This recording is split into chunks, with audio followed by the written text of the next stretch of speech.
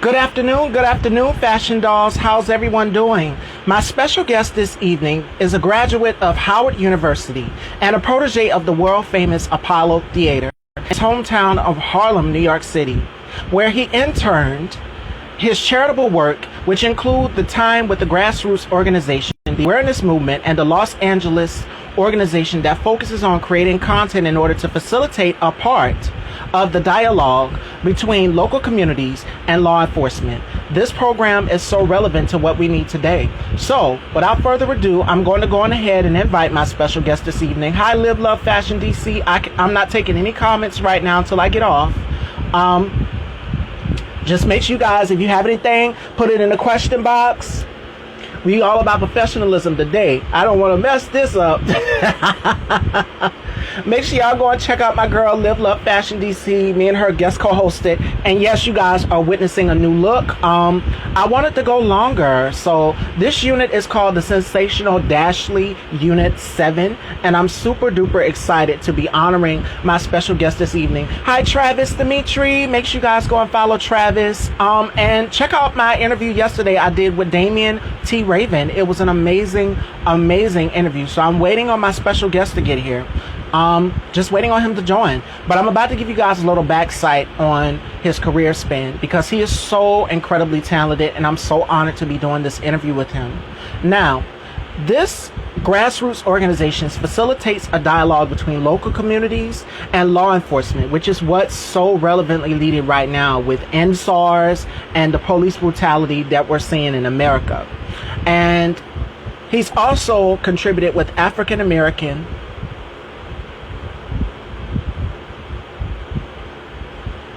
Okay. All right. We're waiting.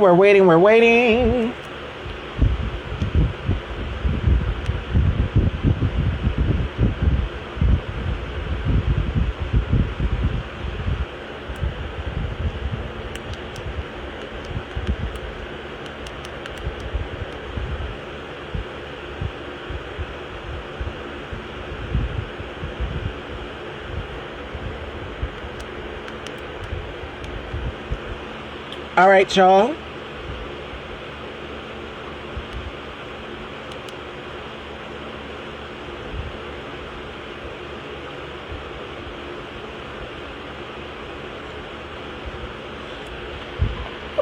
Okay, we're just waiting on my special guest to get here.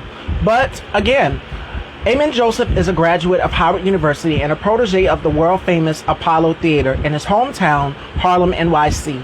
Now, he interned his charitable work, which included the grassroots organization, the awareness movement, and the Los Angeles organization that focuses on creating content in order to facilitate a part of the dialogue between local communities and law enforcement. Now, this program is so relevant, and what we truly need right now is just that alone. I'm super duper excited to be doing this interview and honored as well too. Now, the grassroots organization, the awareness movement, and the Los Angeles organization focuses on creating content in order to facilitate a part of dialogue between local communities and law enforcement, as well as giving a voice to the disenfranchised voters and urban communities. He also volunteers with several schools throughout LA Providence study classes with a focus on African American playwrights. His production company, Dark Energy Pictures, specializes in action, horror, and sci-fi content spanning digital television. Now, his feature films, the company's feature film, Call Me King, is an international action thriller and embodies their focus on multicultural, lingual, and ethnic content. We know him as Jerome Saint on Snowfall on FX, and you guys can go and check that out. They're returning with the newest season. I'm super duper and excited to be doing this interview with my special guest this evening, and I'm just waiting on him to arrive. I don't know where he is. I have no clue. So I'm gonna send the live again.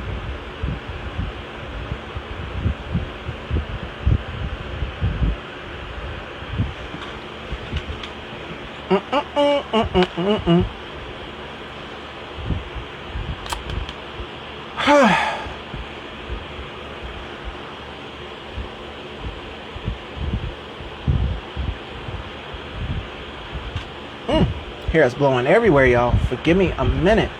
I'll turn her a little bit right there. That is perfect. Hi, Beauty Brains Movement. How are you, my love? I'm just waiting on my special guest to get here. I spoke with him earlier, but I have no idea where he is. So we're just killing time. Both interviews that I did yesterday with Troy from Chasing Atlanta, and then also with Damian T. Raven from the DL Chronicles, those interviews are up, so you guys can go and check them out. We have more interviews coming up pretty soon. So we're just waiting on my special guest to get here. Running a little late behind, but at the end of the day, we're going to keep it 100% fun here at Style by Stevie. So I hope you guys are doing amazing today, and I hope everyone is feeling excellent. Yes, this is a new look. You guys can go and subscribe to my YouTube channel because I will be dropping a review on this unit. This unit is the sensational Dashley Unit 7.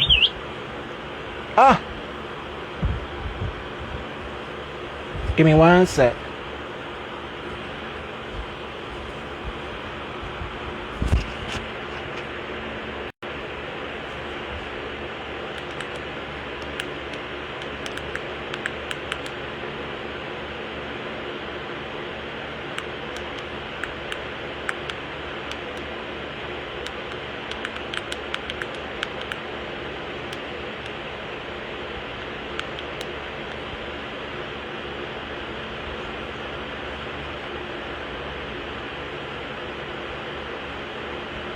Hi, Vigorous. Hi, my love. Where is my special guest? Where is Amin? Hold on one sec, ladies and gentlemen. I truly apologize about this. It's running a little late.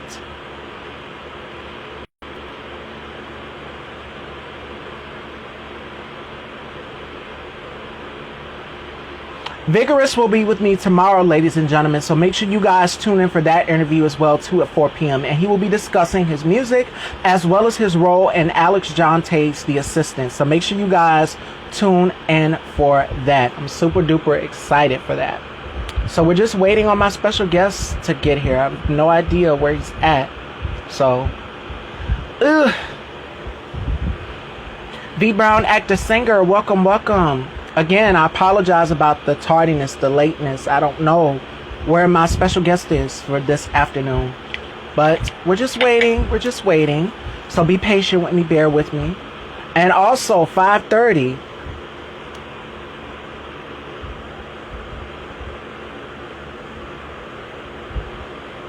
We have Dr. Elise coming in. So make sure you guys tune in for that. She's going to be discussing all things COVID. We're going to be discussing all things COVID. Hairs in my face. All right, ladies and gentlemen, this is so embarrassing. Hair is everywhere. My special guest is here, ladies and gentlemen. You know him as Jerome Saint on Snowfall. I'm having a Beyonce moment over here. My hair is blowing everywhere. So, ladies and gentlemen, Amin Joesph. Let's add him in.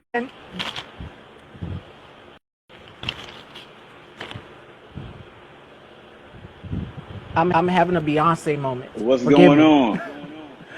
Good afternoon. Good evening. How are you? I'm great. How you doing? I'm doing excellent. My hair is over here blowing everywhere. I'm having a Beyonce moment. Okay. Let's go, Miss B. All right. It is such an honor and a pleasure to be doing this interview with you. You are one of my favorite actors, and I interviewed one of your brothers yesterday, Damian T. Raven, from the Jump Off. Yeah. Yes, I interviewed him yesterday, and just his energy alone, like, it was just so unique, the interview that we had yesterday, and we talked all day. Yeah, we did 2 parts. Damian is a class act. He's a beautiful bro. What was it like filming that show, The Jump Off? Because you guys had like a brotherhood, and you don't really see too many shows. We've seen shows. For me as a woman, growing up, for me, it was Living Single. And I'm 26. I know a lot of people are like, you're born in this era. You know, Living Single was a show that represented... Living Single was a little before your time. Yes. And then it was Girlfriends and so many other shows that represented black women and sisterhood. But this show showed black men and their brotherhood. And Tyler Perry has a show out that's similar to The Jump Off. So how did this show come together collectively? Yeah. Like, so how did the casting and everything go? It was all Zane. Probably Damien probably told you. We had worked with Zane on another project called Zane Sex Chronicles. And I Mm-hmm. think that may have been 2008, and then we came back in about 2011 or 12 with the Jump Off, and she wanted to make something that was sort of centered around men and a fraternity type brotherhood and how they maintained that kind of camaraderie and brotherhood as they mature. You know what I mean? So all of those men, they were already in their careers, but they had that brotherhood through a fraternity. And when I seen the photo, I was like, who are these fine brothers right here?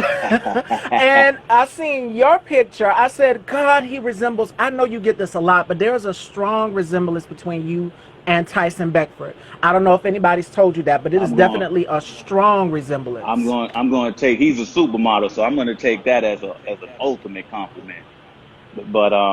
But yeah, nah, I'm no supermodel looks, but I'll take the compliment. I appreciate it.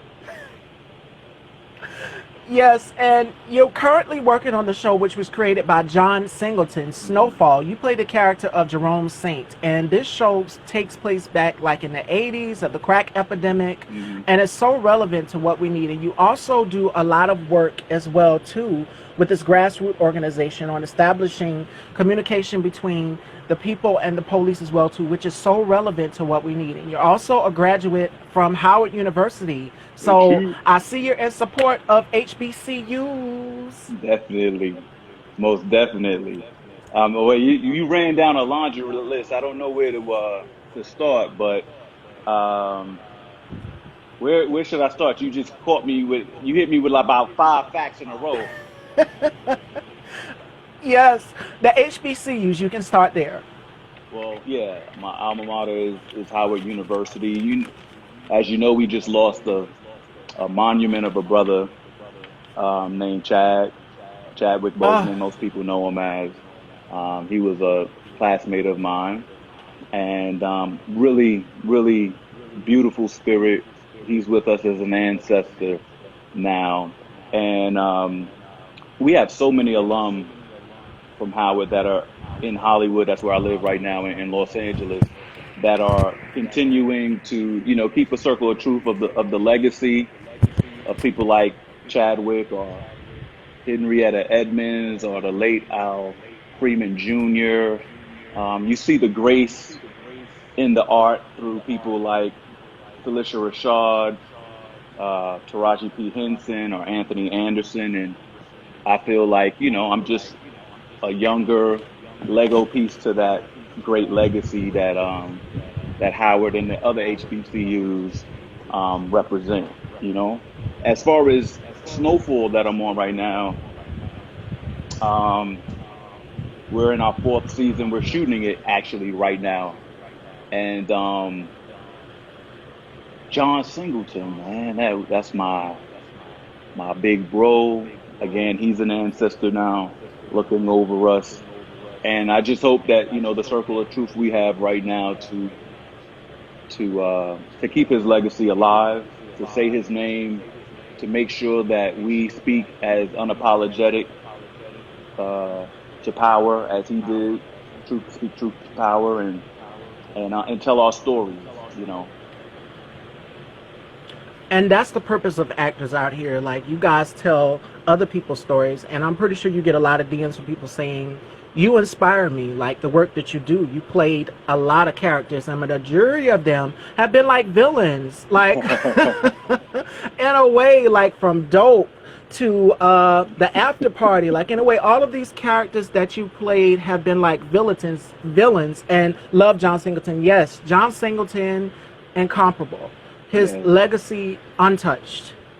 yes, yeah. Well, yeah, I played a couple of good guys as well. I think I get a kick out of playing the villainous guys because perhaps that's a suspension of disbelief for myself. It's something I would never do in real life. So I don't know. Perhaps I get a special kick out of it. But whichever character that I'm playing, I always like to play. I always like to bring a lot of truth to it, a lot of humanity to it, and make sure that even if if someone doing evil deeds, that there's something that someone can connect to the character, that, because sometimes even in real life we do things that are, sometimes we need a long life to be able to repent, or to be able to see, the fallacy of our ways when we were younger, or, less evolved. And so yeah, I love playing all type of characters. Okay. And I was telling Damien this yesterday too. Like, you have to be versatile when it comes to acting, because there's such a stigma around playing certain characters. And I brought up Luke James. Like, Luke James said this in one of his interviews. Like, actors, there's such a stigma around black actors to portray just a certain role. You got to kind of step out of your comfort zone and do things that are challenging for you. Like, Damien did the show, The DL Chronicles, and we were discussing that show yesterday, and we also discussed The Jump Off, and you came up, and Teddy came through the interview as well too, and he's doing his thing with production. And you're not only an actor, but you're a producer as well too. Now you have your own company, Dark Energy Pictures, where you do sci-fi, horror, and action. Now, how did that company come together as a collective?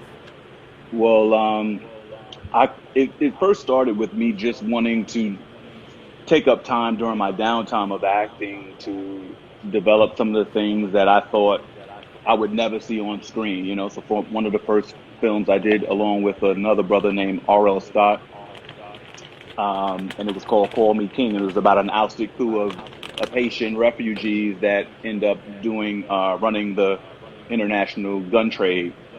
And for me, it was like, when do we usually get to see men of our hue, there's international implications. There's no nigger this, nigger that. These are men that are businessmen. These men that command respect on the international stage, and they're bringing, art. At the end of the day, it's still in the action genre. So I just, those are things that I just didn't see. Black men like us speaking different languages, 12 different languages in the film. And so I kind of wanted to make those type of films that I wouldn't, like, if I was young, I'd be like, wow, I really like that film, and it gives me something to look forward to if I was a young actor. So if I can bring about those type of multi-ethnic, cultural, lingual type of depictions to the big screen and the small screen, while I'm also portraying, characters in other people's productions, then let's do that, And it was powerful. That film itself was powerful because it showcased you in a completely different light. Like, we know you as Tyreek from Zane's Sex Chronicles, and I remember I was in high school. I used to slip and watch that show on Showtime. Yeah, you probably because were I'm like, sneaking okay, watching that, because that might have been a little too risque for your age limit. Yeah. Somebody's At the time, I was like black boxing 18. you out. Oh, 18, okay. Yeah, I was like 18, 19, but now I'm 26. I'll be 26. So yes, I gave my age away. And you were born in Harlem, which is the era of the Apollo. And my father is also a New Yorker. He was born in Brooklyn. Oh, wow. So we know about Brownsville and all the other parts, the five boroughs. We know about that because my father took me there when I was 8 years old. Oh, yeah. Where did you come up? Where did you live? Where did you come up? Where did you grow up? My father grew up in New York, but me, I'm a South Carolina girl. That's why I told you. I said, down here in the South. My mother's from South Carolina, York, South Carolina. Okay, so she's familiar with Charleston and places like that. Because my brother just recently moved to Charleston. Yeah, Charleston's about 2.5 hours away drive. Yeah, I know all South Carolina. I love South Carolina. Yeah, your New York accent is still there. So what was it like for you growing up in New York and Harlem? Did you always know that you wanted to be an actor? I didn't always know, but I always found a way to get into a little play in school, or always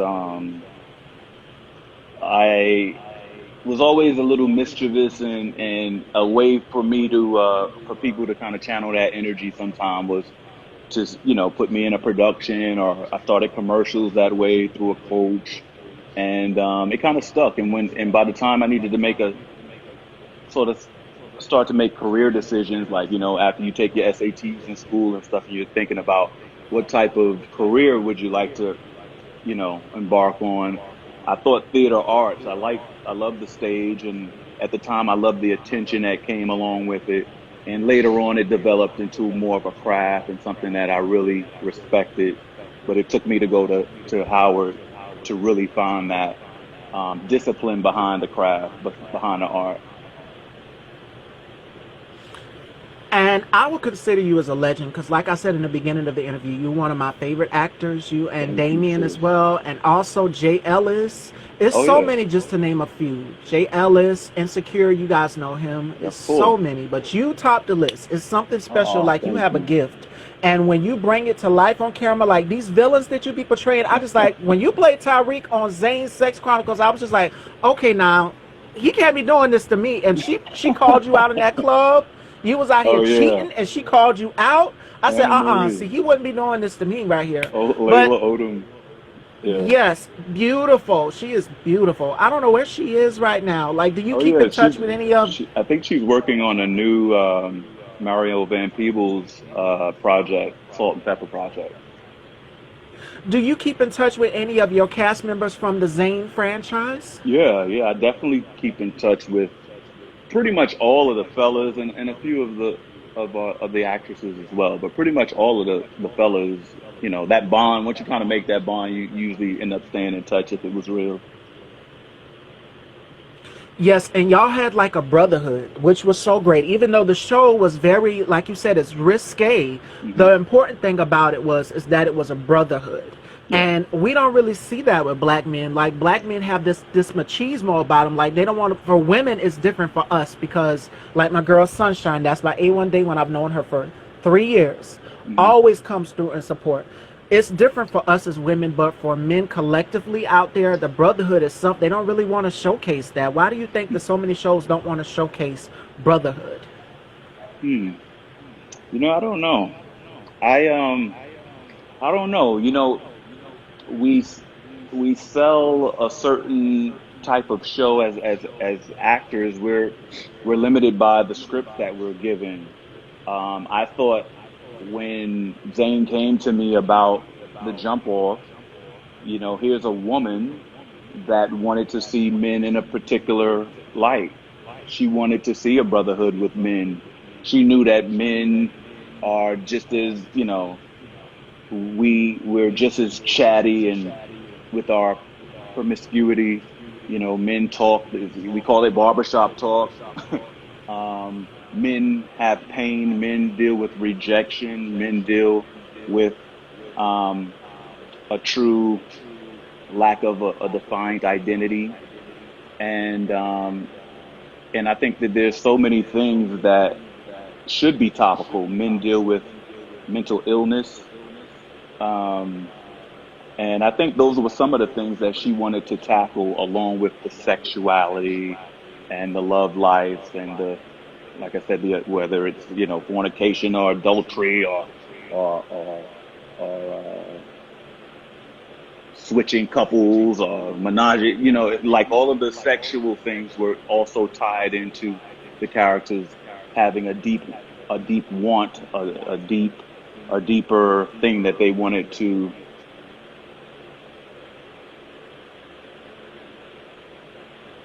Oh, you good? You went out for a sec. You must have got a Can you hear call. me? Yes, I Yeah. can hear you. All those characters, she wanted to connect the sexual experience with also a real experience with men.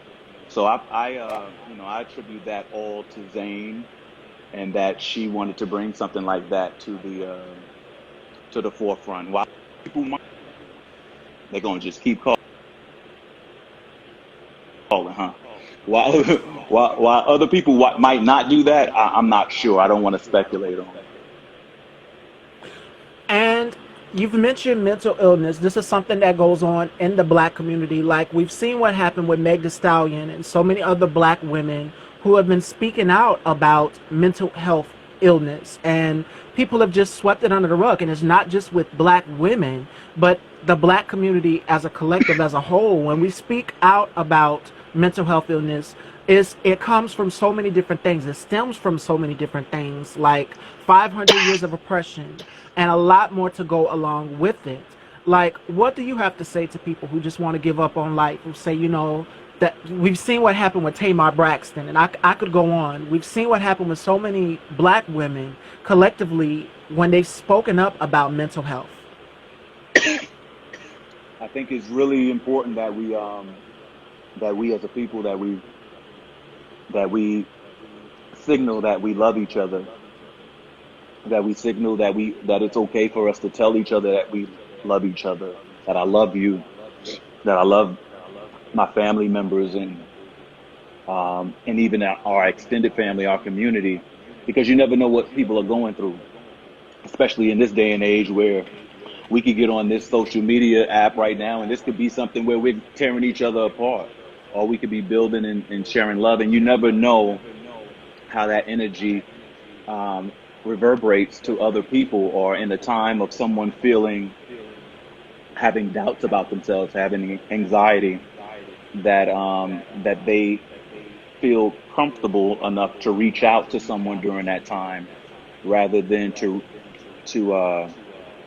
kind of lean into the feelings or the thoughts that they have. I've had more than a few friends that have taken their own lives, and I had to educate myself and kind of step out of the ignorance of that, black people don't kill themselves, or black people know how we've been through so much in this country that we should be able to get through anything.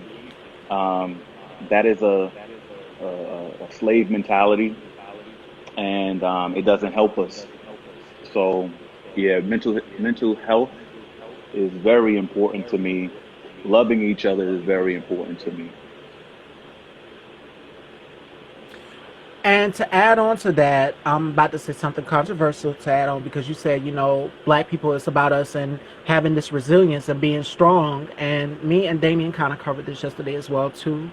And so many other actors and actresses that I've spoke with about mental health and protecting their energy. Something, people always say, okay, it's okay to talk to God, just talk to God. Black people, we've been trained to just say, okay, let's talk to God about this. God, yes, it's okay to talk to God. But this is what I have to say to that. Faith without work is dead. And to the people out here that don't want to get help, get help. We're seeing what's happening with people like Kanye West. And I don't even want to get into it. I've been dragging him all week long because he does the most crazy and the most insane, and says the most insane things there is out there, named to man. So I'm not interested in protecting him. But I am interested in protecting black women, Meg Thee Stallion, i.e. Breonna Taylor, and others, and for myself as a black woman, as a woman of color. So that's what my main focus is right now. But to people out here, when it comes to mental illness, get help, talk to somebody about it. Don't just sweep it under the rug. And as black people collectively, we've been trained to just pray about it. And my mom and my grandmother, they're Christian women. Yeah. And the thing is, they tell us, oh, just pray about it. It'll be okay. The Lord will take care of it. Yes, God will take care of it. But faith without work is dead. You have to be willing to do the work. Yeah. I definitely agree that you have to be willing to do the work. I definitely believe that, like you said, faith without work.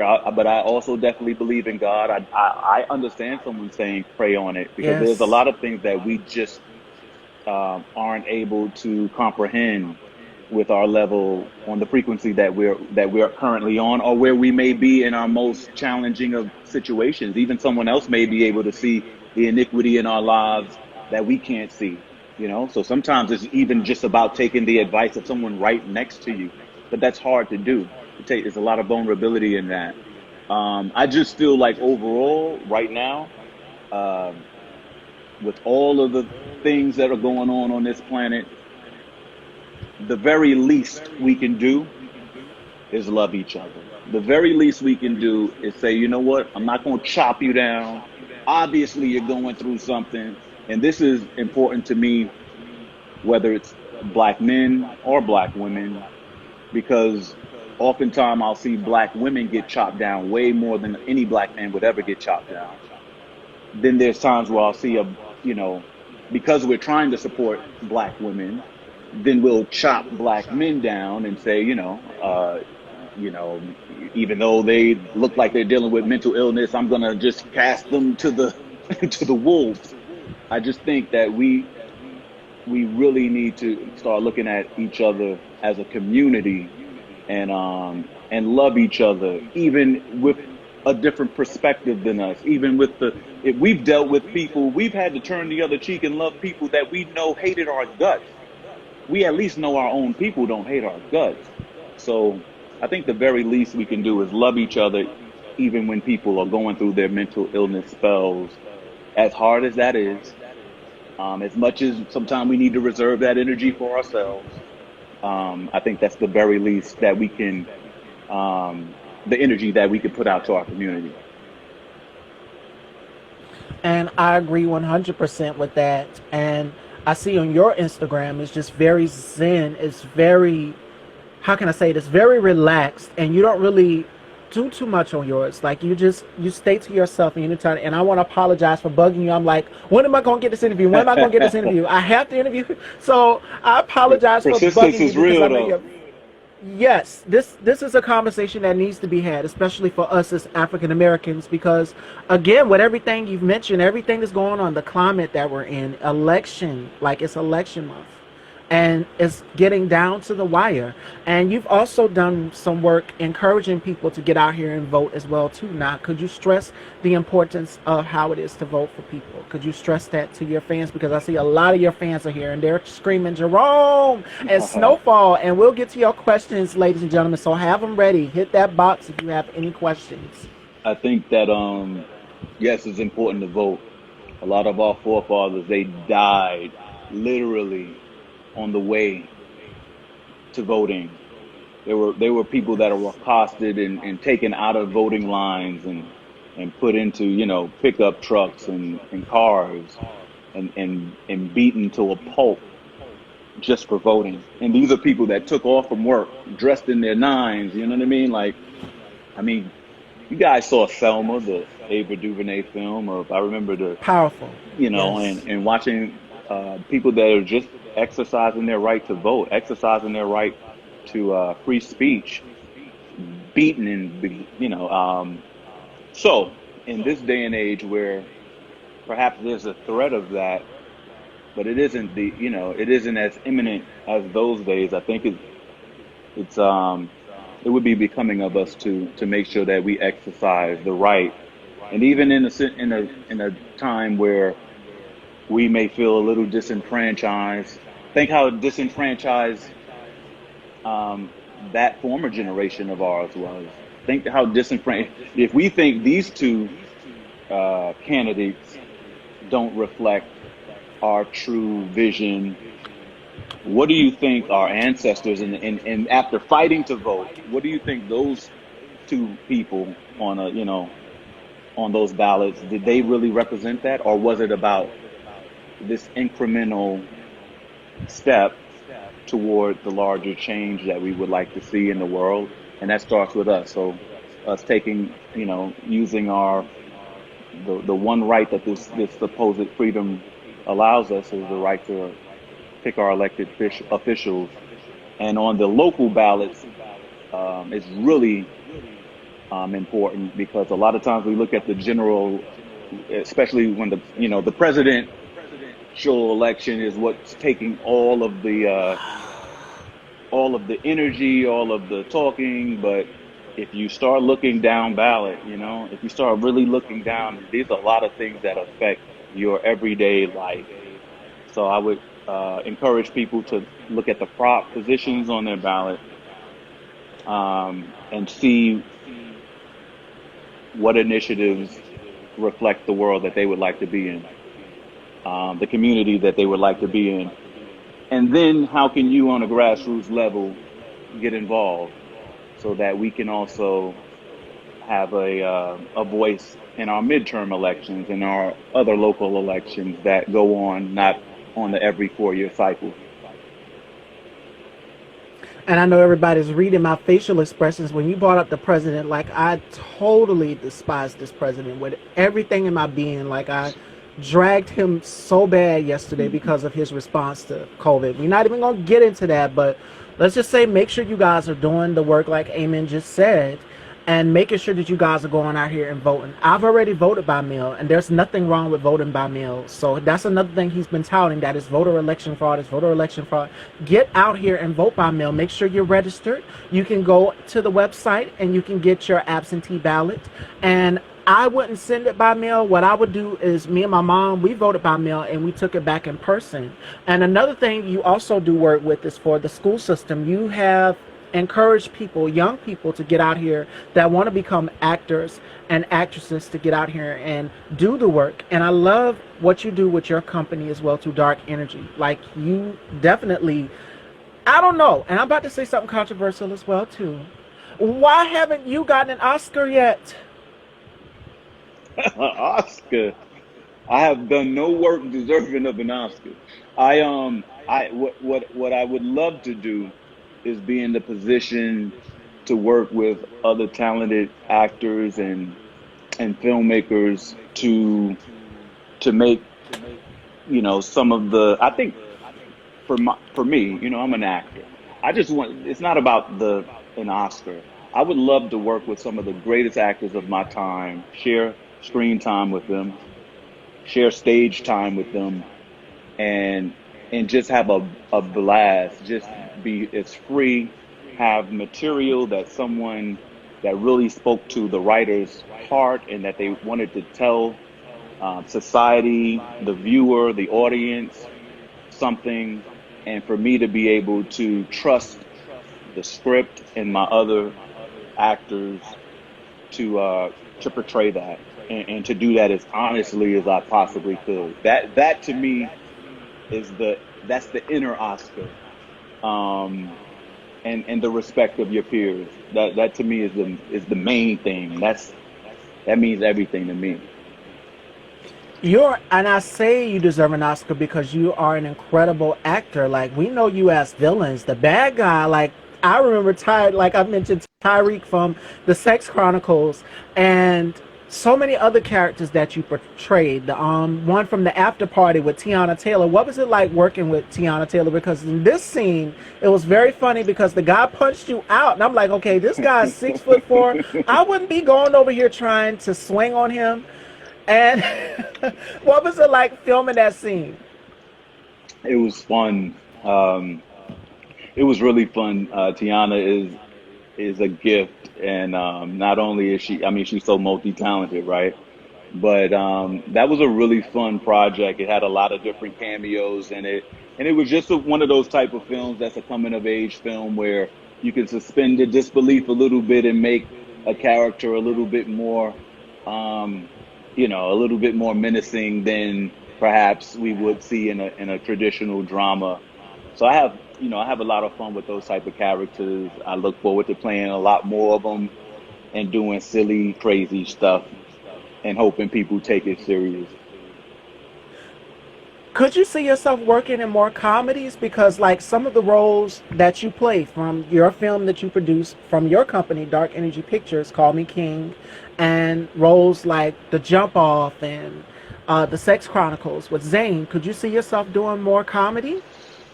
Yeah, I love comedies. Yeah, I'm open for comedies. I'm open for thrillers and horrors, and I love sci-fi. I love, of course, I love a good drama. I feel like we haven't.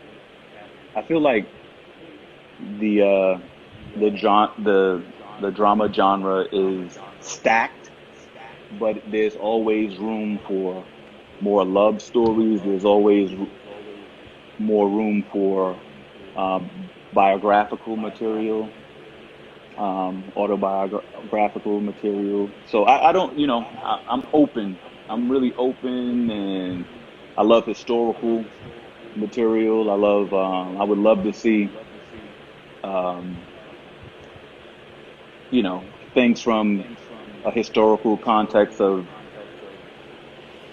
Ethiopia, uh, you know, northern, central, South Africa. I would love to see, Mansa Musa, and I would love to see Kingdom of Kush or some of the earlier Egyptian dynasties, and Yeah, there's just so much. There's so much that I would love to play and love to appreciate. Okay, we're gonna get into some comments, and I got a few more questions, and then I'm gonna wrap it up with you because I don't want to keep you. I know you have to be filming on set, and Snowfall is returning, and I'm pretty sure the fans have questions. We got a question. Okay, my girlfriend says this. To me, Jamie Foxx is one of the best actors today. You remind me so much of him. Soon everyone will know your name. I'm speaking it into existence. I already know his name. I remember him as Tyreek from the Sex Chronicles. And like I said, that scene where he You say cheated that and she shit one called more him time. out. Yes. That's funny. Um, yeah, Jamie Foxx is dope, phenomenal. I would love to work with Jamie Foxx one day. Okay, Black history in film starts with slavery, and that needs to change. Yes, and you've mentioned biographical films, and we just recently lost Chadwick Boseman, and Chadwick has played two legendary people that are predominant in the Black community, from Three. James Brown Hmm. and 42. Could you see yourself playing anyone in a bio, and if so, who? Hmm. Anyone. I would love to play Jack Johnson in the bio, one of the first black heavyweights of the world. I would love to play. Hmm. Let's see else. Biographical. I'll stay there for right now. I'll stay there for right now. Jack Johnson definitely. I could Um, see it. Wait, we got some questions. We got some questions. All right. Oh,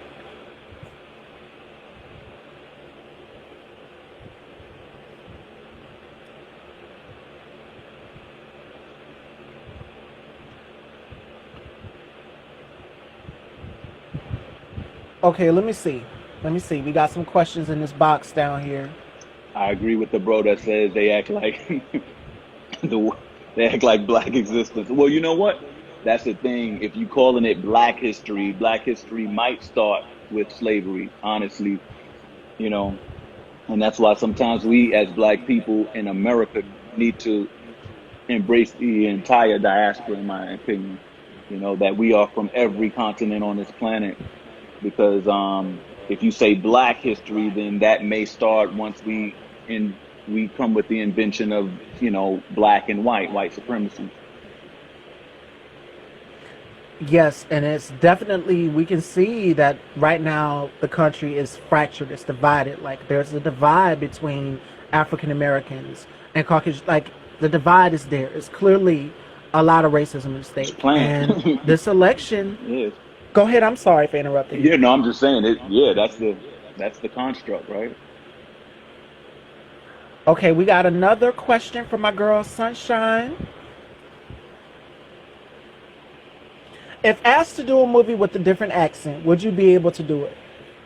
Of course, yeah. Okay. Of course. Oh, Lord have mercy, Jesus. I'm not even about to. This interview is not about Donald Trump right now. This is about Amin Joseph. Someone's Thank you asking very about Trump. much. Yes, I had to say that because someone asked the question about, are you? Listen, get out and vote. Get out and vote. The importance of voting is very important. And another question I wanted to ask you as well too is your father as well. And how is it? How are you able to balance being an actor and also being a father? How's the balance for you? Um, how do I balance being a father with being a acting professional? I think there is no balance. There's no balance. Being a father is of utmost importance to me. It's family. It's the foundation of what I'm, you know, what I'll leave. Um, the person that I am, the way that I want to um, love my family and love my daughter. That's of utmost importance. And then my career is something that is a personal testament to my time here, the type of art, the type of love and humanity that I want to show the world. But I have to first show that to my own family and to my own, my own seed. So, um, yeah, that's how I kind of see it. Oh wait, we got a question in the audience too. Do you think the break due to COVID will hurt or help this season of Snowfall season 4? Hmm. I thought initially that it would hurt. I mean, it makes sense that it would hurt. You lose a lot of the chemistry that you had when we first shut down in March, mid March, and then we're back in October, and it's almost like we have all of this protocol. You're constantly being tested. You're constantly having to keep distance between you and other performers until you kind of get into a box, and even in there, it's not the same. But I think actors. I think humanity. We have a great way of adapting to whatever situations we're dealing with. You know, humans have adapted from the beginning of time, and actors and artists have as well. So I think it's going. I think it's going really good. I haven't seen dailies, so I don't know. But I think it's actually doing. I think we're actually doing really good, and I think that there's probably a more concerted effort to be more efficient around the board. So I think once you do kind of get in that bubble and it's time for you to do what you're paid to do, is like we're ready because we have had all this time off, and I think that people really did want to get back to work and find some sort of normalcy. So yeah, season 4 is gonna be fire. I'm being modest, but I think it's gonna be crazy. Okay, here's a question from my girl Sunshine. Courtney loves you. Hi, my love. Hey, sis. How's it having? How's it having both you and your wife being successful? Meaning, do you have time for your love life still? Oh, like I said, I think that everything as far as career, I don't feel like it's one thing or the other.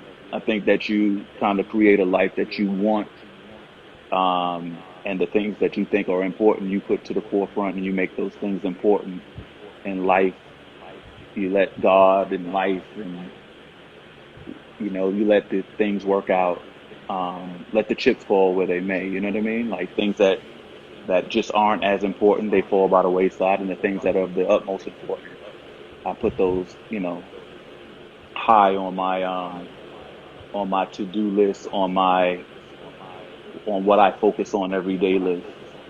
And then yeah, so there's a lot of sometimes there's some juggling, but that's just life. Those are the things that make life and every day interesting, is that you may be juggling job and work life balance, but to me it isn't a balance and a thing of one thing is more important than the other. I think you got to know what's important first.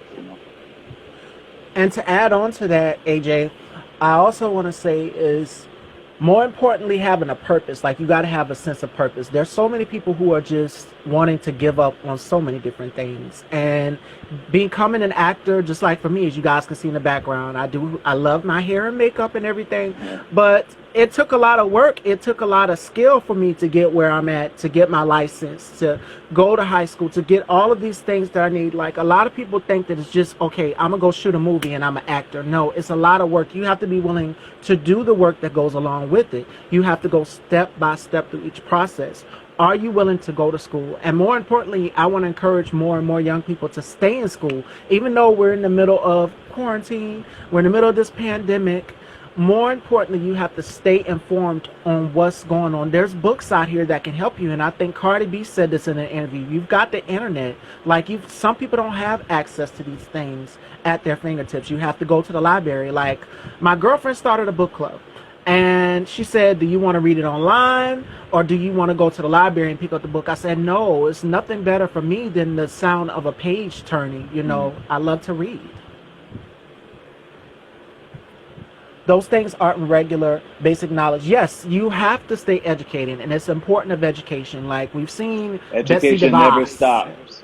Yes, they're trying to We strip should us of always our be democracy. educated. So That's another thing too that I think yeah. that keeps you engaged in your craft, keeps you in uh, keeps you inquisitive about the world is education. I think that artists should always be educating themselves, and not just on new media, but you know, there was centuries and centuries of actors before I came about, and to know their work, to know kind of the followership that you're in, and the it's part of the legacy that you will leave as well. You know what I mean? So I think it's there's a circle of truth around my head to inform myself as much about my craft, so that the generation after me, I can make it a bit easier for. I can perhaps kind of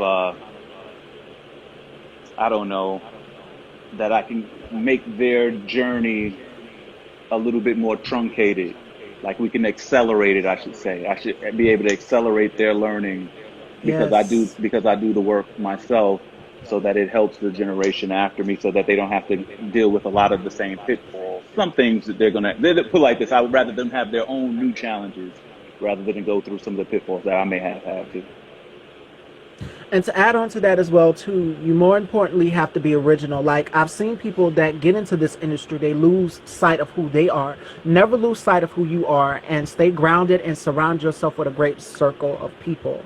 And that's why I chose to do this interview with you, Amin, because you inspire me. I'm 26, and I've been following your careers. I'm not gonna say it again because you say you're gonna get me. I've been following your career since I was 18, from back in Zane days. But you inspire me, and I'm pretty sure you inspire a lot of your fans here that are in the audience watching this interview as well too. And the thing is, people cannot lose sight of who they are, because when you lose sight of who you are, you lose a piece of yourself. It's like you lose a piece of who you are from the beginning and getting into this industry. And remember to stay humble. Never forget the ones that have helped you get to where you are. Don't get such a big head that you forget the ones who have helped you get to where you are in your career. And I just wanted to add on to that. I wanted to say that because I've seen people in this industry. They've got all the success, the glitz, the glamour, everything. It can be gone. It can be gone. It can be taken from you. And it's all about who you surround yourself with. And I put a post up about that on my Instagram earlier today. I said, be careful who you surround in your circle. Be careful who you include into your energy. Not everyone is worthy of your energy. So you can't just go out here and give your energy to everybody. And I'm very selective. I'm a Scorpio, for those of you who don't know. So don't look at me like I'm crazy, Amen. But I'm yes, hearing you. I'm a sane I one. ain't stopping I'm a you because sane you one. ain't saying nothing wrong. Yes. I said that because we have to be selective with who we invite into our circle. Not everyone is capable of getting your energy. And more importantly, be careful for the ones that you call your friends. Because the ones that are called that call you their friends or whatever, they say, oh well, hey girl, how you doing? And then let me borrow $5,000 from you. That's not a friend. That's not a friend.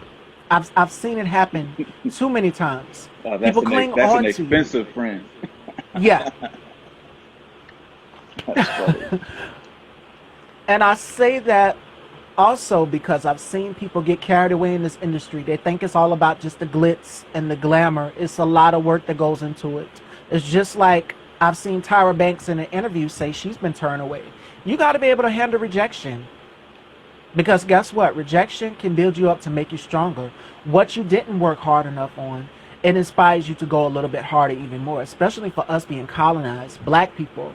For us, we're having to work twice times as hard. And I heard Viola Davis say in an interview how, white actresses are getting a lot more than black actresses. And she said, well, if you call me the Black Meryl Streep, pay me like it.